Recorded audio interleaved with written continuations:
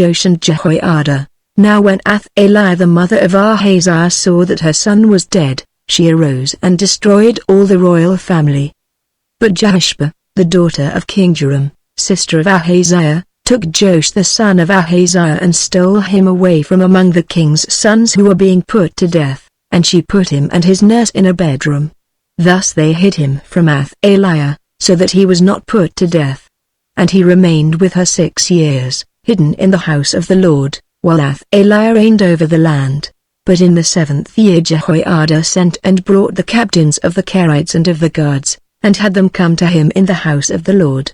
And he made a covenant with them and put them under oath in the house of the Lord, and he showed them the king's son.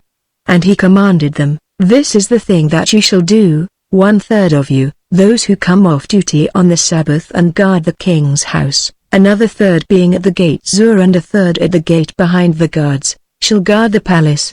And the 2 divisions of you, which come on duty in force on the Sabbath and guard the house of the Lord on behalf of the king, shall surround the king, each with his weapons in his hand.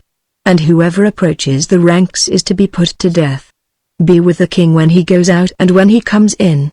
The captains did according to all that Jehoiada the priest commanded, and they each brought his men who were to go off duty on the Sabbath, with those who were to come on duty on the Sabbath, and came to Jehoiada the priest. And the priest gave to the captains the spears and shields that had been King David's, which were in the house of the Lord. And the guards stood, every man with his weapons in his hand, from the south side of the house to the north side of the house, around the altar and the house on behalf of the king. Then he brought out the king's son and put the crown on him and gave him the testimony. And they proclaimed him king and anointed him, and they clapped their hands and said, "Long live the king." When Athaliah heard the noise of the guard and of the people, she went into the house of the Lord to the people.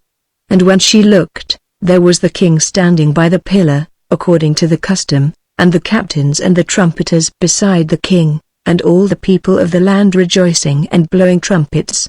And Athaliah tore her clothes and cried, "Treason! Treason!"